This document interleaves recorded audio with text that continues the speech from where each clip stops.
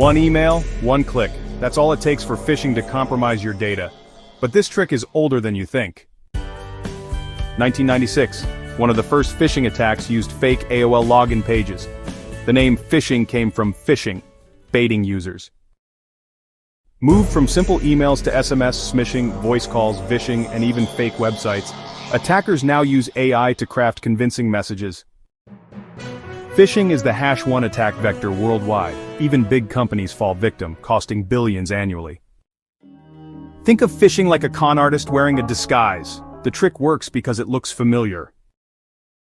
AI-driven phishing will get more sophisticated. Defense, user awareness, plus stronger security tools. Phishing started in the 90s, but in 2025 it remains hackers' favorite weapon because it still works.